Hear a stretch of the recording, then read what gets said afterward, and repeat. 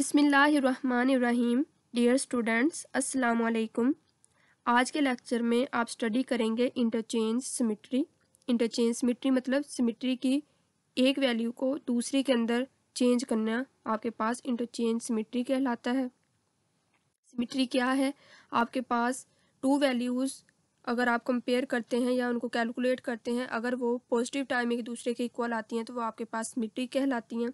अगर वो negative time एक दूसरे के इक्वल होती हैं या एंटी होती हैं तो उसको आप एंटी सिमेट्री कहते हैं। अब आप जानते हैं आपके पास क्वांटम मैकेनिक्स के अंदर वेल नाउन एक एग्जांपल है। अगर आपने एक पार्टिकल को ट्रैप किया हुआ है किसी पोटेंशियल वेल के अंदर और आप कहते हैं कि उसके साथ जो उसका स्टेट फंक्शन या आइगन स्टेट उसके साथ अटैच है वो साई है, तो आप उसकी साई की डिफरेंट वैल्यूज़ को डिफरेंट टाइम के लिए मेजर करते हैं। एक टाइम के लिए आपके पास स्टेट फंक्शन कुछ और होगा, दूसरे टाइम के लिए कुछ और होगा, क्योंकि पार्टिकल जो है वो पोटेंशियल वेल के अंदर स्टेशनरी नहीं होता, वो मुसलसल मूवमेंट कर रहा होता है, तो आप साइमल्टेनियसली उसकी पोजीशन को नहीं बता सकते।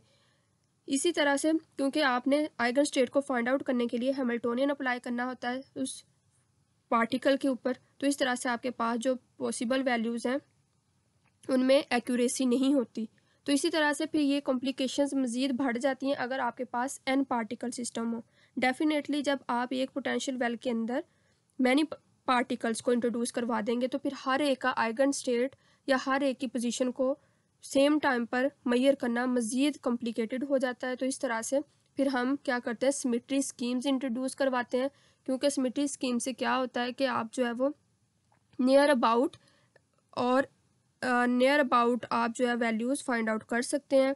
किसकी वैल्यूज़? स्टेट फंक्शन की वैल्यूज़, एनर्जी की वैल्यूज़, पोजीशन, स्पिन, ईटीसी। तो इस तरह से मैंने एक जो है एन पार्टिकल सिस्टम कंसीडर किया है और किसी एक पार्टिकल को ज्यूम करते हुए उसकी स्टेट को और उसकी तमाम इंटरनल जो है प्रॉपर्टीज़ को डिस्कस करूँगी। मैंने ज्यूम किया है एक फंक्शन काई आई, ये आपके पास एक फंक्शन है नज़र आ रहा है, represents the coordinates, position, spin, and other internal properties like degrees of freedom such as iospin, such similarly color, flavor।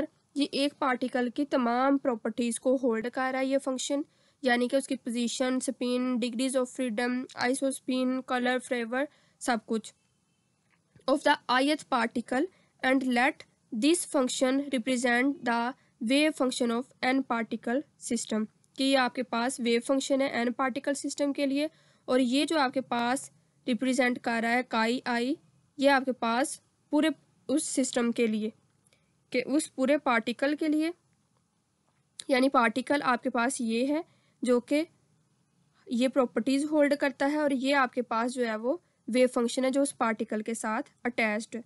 तो इसको यूज़ करते हुए अब मैं इस पे सिमेट्री लॉज अप्लाई करूँगी, जिसमें आपके पास परम्यूटेशन ऑपरेटर होता है। सबसे पहले we define a permutation operator also called exchange operator. Exchange operator भी कहते हैं, क्यों कहते हैं? क्योंकि हम इससे जो है वो वैल्यूज़ को चेंज करते हैं। अगर आपके पास आई है तो वो जे में कन्वर्ट हो जाता है, जस्ट लाइक मैट्रिक्स में आपके पास जैसे ट्रांसपोज बिहेव करता है कि आपके पास रोज़ कॉलम में कन्वर्ट हो जाती हैं और कॉलम्स रोज़ में कन्वर्ट हो जाते हैं। सिमिलरली ये आपके पास परम्यूटेशन ऑपरेटर का भी यही काम है कि ये आपके पास आई को जे में कन्वर्ट करता है और जे को आई में कन्वर्ट करता है।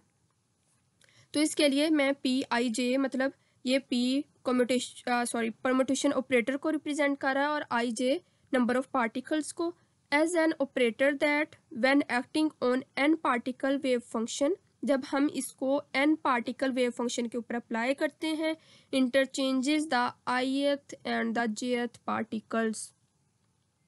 जब हम इस परम्यूटेशन ऑपरेटर को अप्लाई करते हैं किसी एन पार्टिकल सिस्टम के वेव फंक्शन के ऊपर, तो ये क्या करता है, उसके आईथ और जेथ पार्टिकल्स को इंटरचेंज कर देता है, एक दूसरे के साथ बदल देता है। तो क्या है इसके सीक्वेंस, आप देखेंगे आप इस ऑपरेटर को जब अप्लाई करेंगे इस स्टेट फंक्शन के ऊपर, वेव फंक्शन के ऊपर, तो ये आई जे है। आई जे को जब आप अप्लाई कर देंगे तो फिर अप्लाई करने के बाद ऑपरेटर ख़त्म हो जाएगा। पहले जब आप ऑपरेटर लिखेंगे तो इसका मतलब है आप अप्लाई करने जा रहे हैं परम्यूटेशन। जब आप अप्लाई कर देंगे फिर जस्ट स्टेट फंक्शन आ जाएगा और उसके फर्दर जो नेक्स्ट कोऑर्डिनेट्स हैं वो आ जाएंगे। तो अब आप यहाँ पे देखें जे आई की जगह पर आ चुका है और जे की जगह पर आई जा चुका है। तो इट्स मीन परम्यूटेशन अप्लाई हो चुकी है, where i and j are arbitrary. इनकी वैल्यूज़ जो है गिवन हो भी सकती हैं, अगर ना गिवन हो तो ये 1 to n होते हैं, 0 नहीं हो सकते। 1 to n आप इसकी कोई भी आर्बिट्रेरीली वैल्यूज़ निकाल सकते हैं, लिख सकते हैं। सिमिलरली अगर आप परम्यूटेशन ऑपरेटर को जे आई की फॉर्म में अप्लाई करते हैं तो सिमिलरली इसका भी सेम इफेक्ट है। आप इसको स्टेट फंक्शन के ऊपर अप्लाई करेंगे तो क्या होगा कि जे की जगह पर आई आ जाएगा और आई की जगह पर जे आ जाएगा, और ये इस तरह से आपके पास equal to P I J आ जाएगा। तो it's mean we can say that permutation of I J is equal to permutation of J I. और ये ऊपर मैंने ऑपरेटर जो साइन डाला हुआ है, लिखा हुआ है, ये रिप्रेजेंट कर रहा है कि ये ऑपरेटर है, परम्यूटेशन ऑपरेटर है। ये जो कैप टाइप है it's mean permutation operator.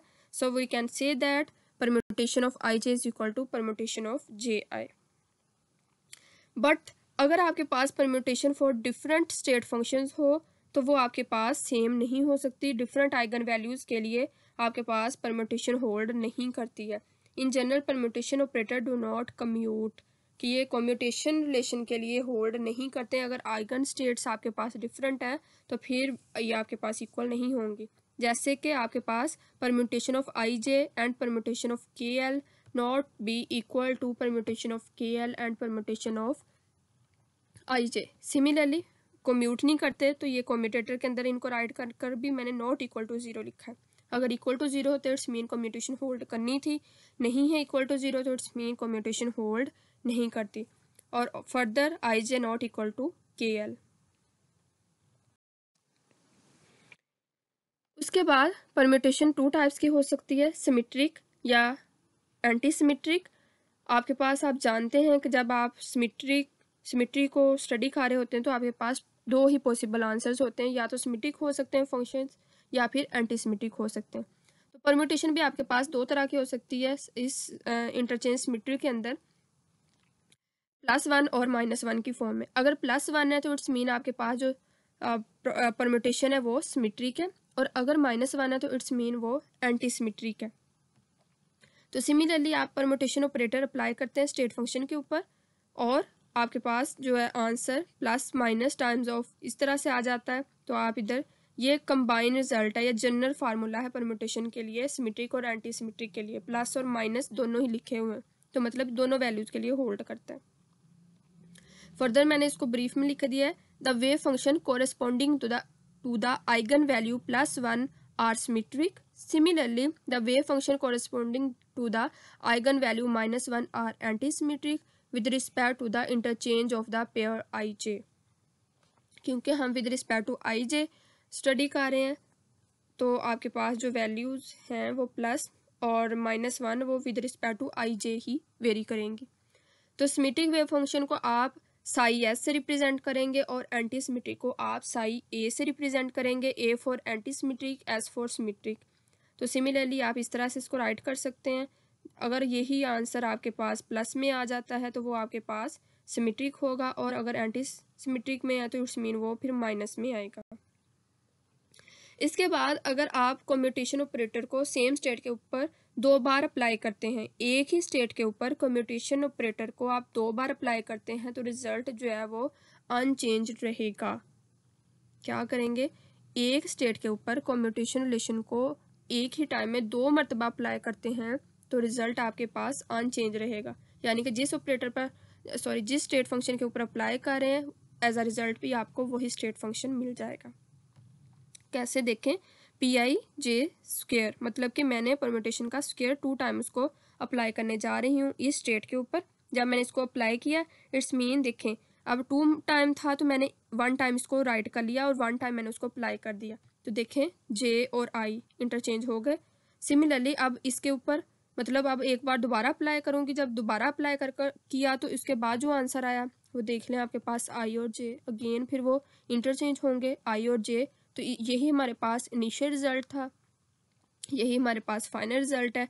It's mean commutation remains unchanged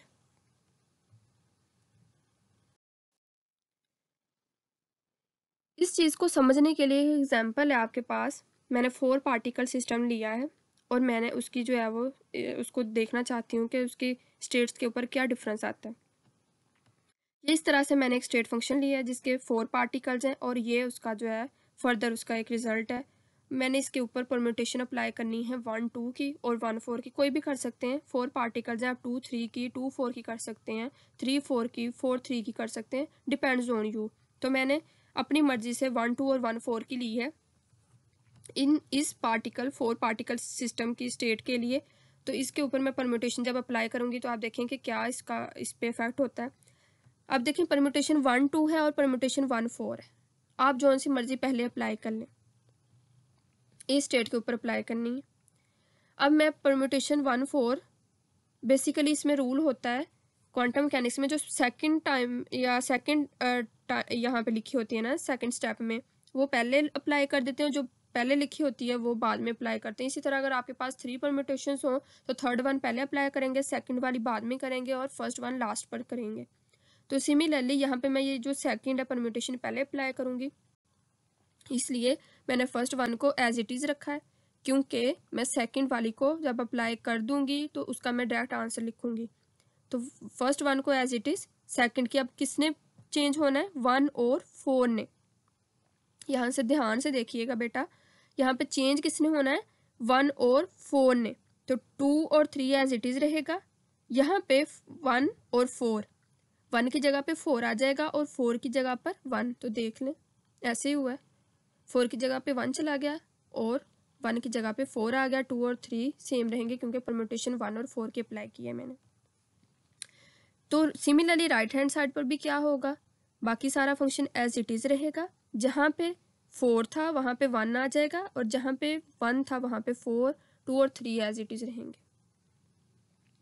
अब अभी हमने सिर्फ परम्यूटेशन 1 4 अप्लाई की है। अब परम्यूटेशन 1 2 अप्लाई कर दें, तो यही मैंने सेम अभी इधर राइट कर लिया, क्योंकि अभी मैंने यहाँ पे अप्लाई नहीं की। अब मैं अप्लाई कर कर अगला स्टेप जब लिखूँगी तो यहाँ से फिर परम्यूटेशन दोबारा राइट नहीं करूँगी, क्योंकि अब मैं डायरेक्टली उसको अप्लाई कर चुकी हूँ। तो जब मैं अप्लाई कर दूँगी तो वो परम्यूटेशन है 1 और 2 की, तो 1 और 2 जहाँ जहाँ पे हैं वो इंटरचेंज होंगे। फिर 4 एज इट इज़ रहेगा, 3 एज इट इज़ रहेगा, 2 की जगह पे 1 आ गया, 1 की जगह पे 2 आ गया। तो इस तरह से ये आपका जो अगला रिजल्ट है राइट हैंड साइड का वो भी चेंज हो जाएगा। जहाँ पे आपके पास 1 था वहाँ पे 2 चला गया और जहाँ पे 2 था वहाँ पे 1 आ गया। 3 और 4 अपनी जगह पर ही रहेंगे। इसको इक्वेशन नंबर 1 कह दिया मैंने। 1 इसलिए कह दिया है क्योंकि फिर जो अगला रिजल्ट आएगा हम उसके साथ इसको रिजेंबल करेंगे कि ये इक्वल है कि नहीं। अब मैं परम्यूटेशन को ओपोजिटली अप्लाई करूँगी। अब मैं 1 4 को बाद में रख रही हूँ और 1 2 को मैं जो है वो 1 4 को पहले लिख रही हूँ और 1 2 को बाद में लिख रही हूँ। तो अब मैं पहले 1 2 को अप्लाई करूँगी इस स्टेट के ऊपर और उसके बाद 1 4 को, देखते हैं क्या इफेक्ट होता है। जब 1 2 को करूँगी तो ये देखें 1 और 2 चेंज हो गया, 3 और 4 एज इट इज़ रहेगा। सिमिलरली 4 और 3 एज इट इज़ रहेगा, 1 एंड 2 चेंज कर दिए मैंने।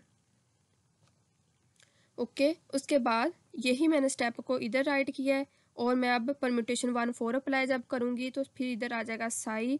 अब यहाँ पे 1 और 4 की परम्यूटेशन है, तो इट्स मीन 2 और 3 एज इट इज़ रहेंगे, 2 और 3 एज इट इज़ रहेंगे, 1 और 4 इंटरचेंज होंगे। तो देख लें 1 की जगह पे 4 और 4 की जगह पे 1।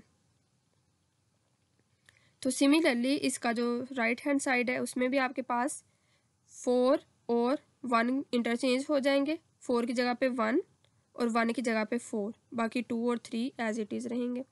तो इस तरह से ये आपके पास परम्यूटेशन अप्लाई हो चुकी है। अब इक्वेशन 1 और 2 को देख लें, कंपैरिजन कर लें, दोनों एक दूसरे के इक्वल नहीं है। So we can say that permutation of 1 2 1 4 not be equal to permutation of 1 4 and 1 2। बाकी आपकी प्रैक्टिस के लिए मैंने क्वेश्चन यहाँ पे एक राइट किया है। इसके 4 पार्ट्स हैं, ABCD पार्ट्स हैं इसके, और आपने इस पे जो है कम्यूटेशन अप्लाई करना है।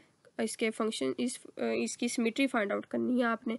सिमेट्री आप देखेंगे आप खुद अब इसमें अंदाज़ा लगाएंगे कि आपने कितनी परम्यूटेशन अप्लाई करनी है। बेसिकली यहाँ पे 2 पार्टिकल हैं तो 2 ही अप्लाई होंगी, इधर भी 2 होंगी, इधर भी 2। या 3 पार्टिकल्स हैं तो 3 अप्लाई कर सकते हैं। तो आपने चेक करना है सिमेट्रिक है या एंटी सिमेट्रिक है। Specify the symmetry of the following functions.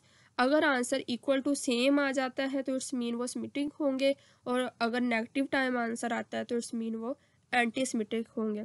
और अगर आंसर ना प्लस में आता है ना माइनस में आता है, कोई फंक्शन या कोई वैल्यू आपके पास अनडिफाइंड रह जाती है, तो इट्स मीन कि वो ना तो फिर सिमेट्रिक होगा और ना ही एंटी सिमेट्रिक होगा।